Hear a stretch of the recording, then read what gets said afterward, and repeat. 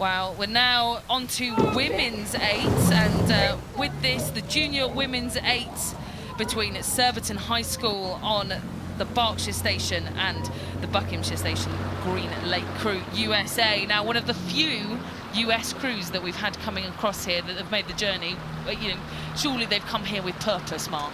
You'd think so. If they've come and they've got to isolate, you know, I don't know where they would have actually based themselves. That'd be quite interesting, and how long they did it for.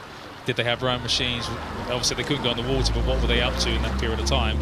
Then obviously coming to the regatta, yeah, they've definitely come here knowing I'm sure they have speed. But, you know, Surbiton, you know, developing program, you know, they won comfortably yesterday against Borley, so they got off to a good start yesterday. So it'd be really interesting how this kind of race pans out. But right now, it's bow ball to bow ball. Yeah, very close. I think Green Lake had the advantage off the start, but Surbiton, who are based sort of on the upper parts of the Thames, kind of near Molesey and so on, they're coming out to a canvas lead through these very, very early stages. Now, as a Cox here for the Surbiton crew, it would be very tempting to keep your crew right up there in the high ratings rather than settle down. But do you think there's something to it in settling down onto rhythm at this point? I think at some point you need to find a rhythm, because it is a long course. You know, we talked about the conditions, you're racing into the wind, so it makes it even longer. But they've hit that rhythm really well and just moved out on Green Lake. That's a super impressive kind of period of racing in that last couple 100 metres. Yeah, very impressive draw out here from Surbiton. And again, a club that's produced lots of female international athletes moving forward. Lola Anderson, who will be seeing racing in the single sculls later on. She's a graduate of the Surbiton rowing programme. And I'm sure a lot of these girls inspired by her performance at the 3rd World Cup of the season in Saudi, where she picked up a medal.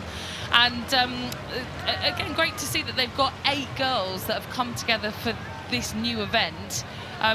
We're only going to see more females picking up the sport, more women picking up the sport because of this. And I think what's more impressive is that 5 of this 8 were actually won the J16 at national school. So, you know, this is not their last time they're going to be competing in this event at Henley. You know, for them to progress up into the under-18s event, you know, and still be able to row at this level and be this impressive, I think, you know, this is an exceptional unit. Yeah, an absolutely exceptional unit. And to be beating a crew like Green Lake USA, they are habitual attendees of Henley Royal Regatta and Henley Women's Regatta. They come across most years to compete. They bring a very strong outfit. They are they've been together since the Youth Nationals. A lot of them, it's their first Henley Royal Regatta, because of course there wasn't an opportunity for them to come over last year. But they've raced in this combination at the Youth National Championships. They're well drilled, and because of the closure of their programme, they've had to really adapt and overcome to even make it here to the start line. So great to see them here. But here are shots of that great Surbiton crew. We've got the bow 3 there: Johnston, McKillop, Minster and Kennedy for Surbiton.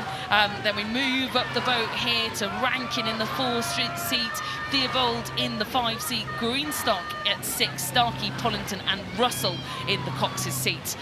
That is your 9 athletes leading this race in the junior women's 8s. Because obviously they've moved out that J16 8.5 and then moved into the kind of the J18, if you want to call it that, and how long they'd have had of that transition working with those other 3 athletes. And I wonder how difficult that challenge was for the coach not to put the otother 3 in that were part of that J16 8. So, but that's what you want, isn't that internal competition?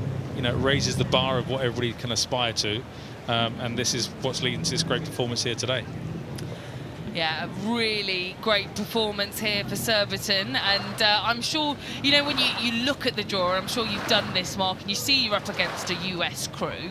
It's a little bit of an unknown entity, isn't it? And that's, to me, that's the uniqueness of Henley, though, because you never know what you're going to get, and you always go in thinking they're going to be super fast, and then you go out like this and you're like, wow, we're actually super quick ourselves. So that will obviously been a bit nervous at the start, but they would have relaxed once that rhythm hit, and they were side by side, feeling confident, and they've moved away progressively over the course.